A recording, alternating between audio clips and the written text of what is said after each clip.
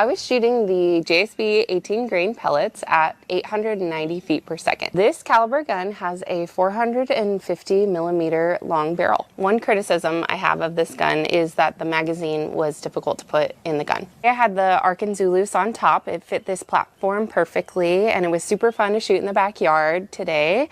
And see you next time.